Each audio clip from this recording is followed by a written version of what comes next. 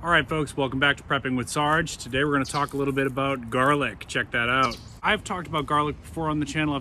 I've done a few videos on it. I really think it's a crop that all preppers and homesteaders should grow. I will go ahead and throw a link to that at the end if you've not seen those previous videos. But today we're just going to do a review on when and how to plant them and what's your next steps after that.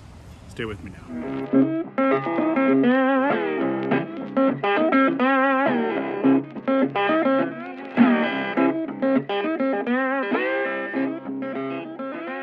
All right, folks, so we're just gonna plant a little bit of garlic today. You can see I've got trench 1 here and trench 2 over there. Some rules of thumb here that you wanna go by. So number 1, you wanna get some organic garlic. In fact, I'm gonna flip the camera here and I'm gonna kind of show you what I'm talking about and why.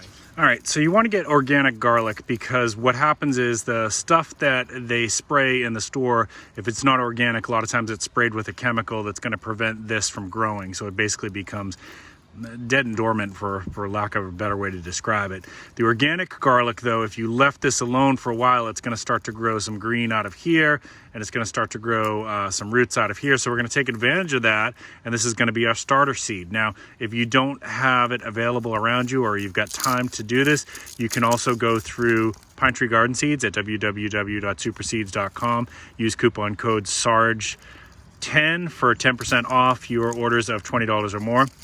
And that you can buy some garlic starter cloves, starter bulbs from there as well. All right, so let's go ahead and take off the outer husk here, and that will actually break down fine. You can throw it in your compost pile or whatever you want to do with it.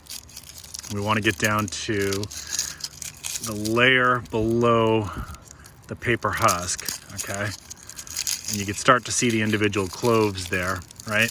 That's what we want. So each clove, believe it or not, if you've never done this before, and people get intimidated by garlic, I don't think you really need to get intimidated by it, but each clove actually is its own, it will grow into its own garlic plant, right? So one of these is going to give you, let's go ahead and count it. It's just gonna, they're all, you know, some of them are going to have less, some of them are going to have more, but this will give you kind of a baseline.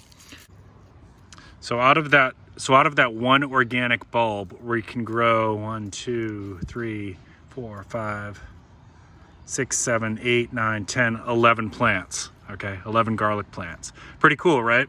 So what you're gonna do is you're gonna basically plant these down with, see this pointy side here? That's the top part. That's gonna face up towards the sky. And then the part down the bottom where the fuzzy roots were, that's gonna obviously go down into the ground.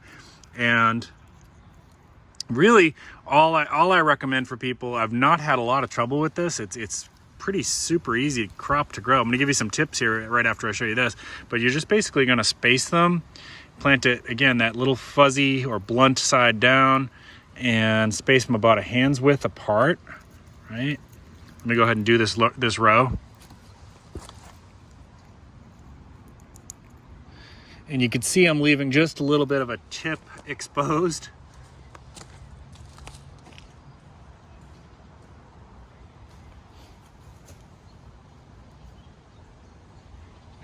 Just spacing them about hands width apart,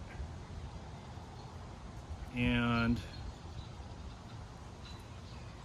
so in that row I was able to get 1, 2, 3, 4, 5, 6, 7.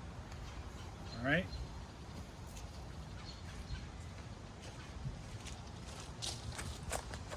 And I'm going to go ahead and plant a second row over here on the right side of your screen.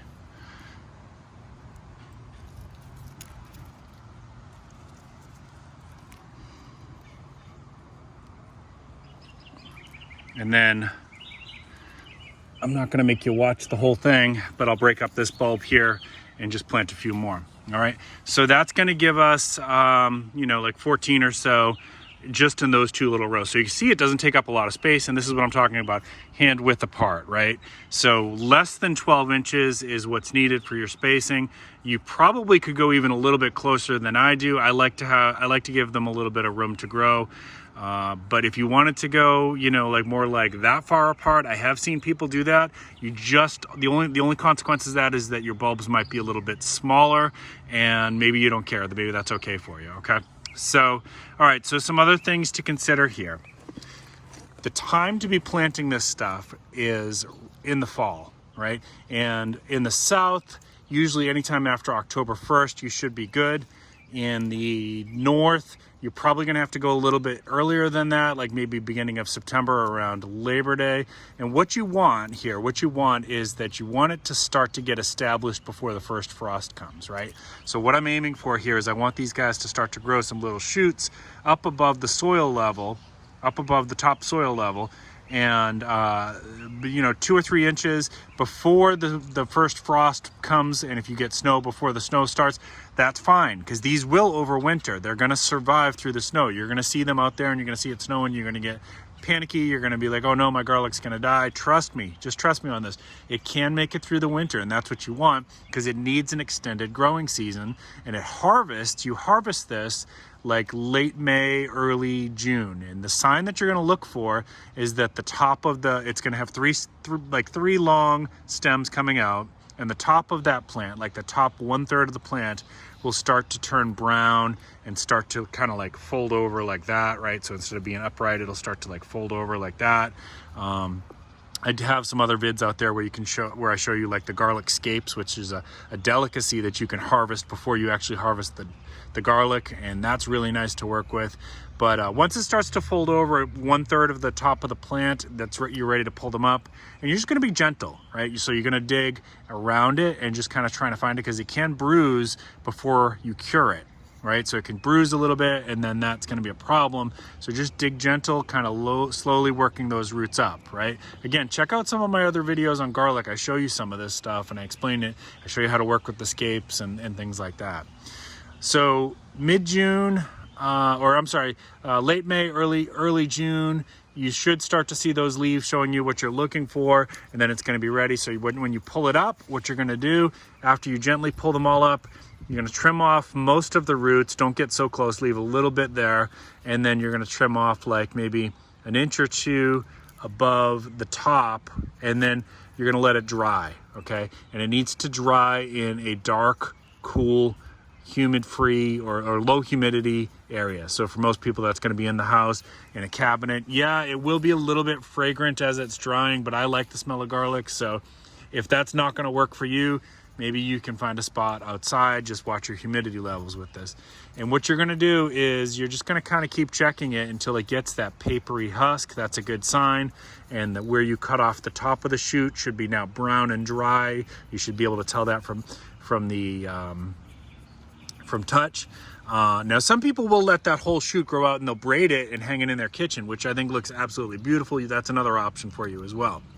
But if you did like I usually do, where you're leaving just a couple inches, after it's completely dried and cured, you can even cut that off so it looks like this. And then you're just going to store it in a cool, dry place, and it should last you about a year, really. So when it comes time to the following fall, take some of your biggest roots or some of your biggest bulbs, some of your healthiest looking bulbs, and that's going to be your seed starter for the next year.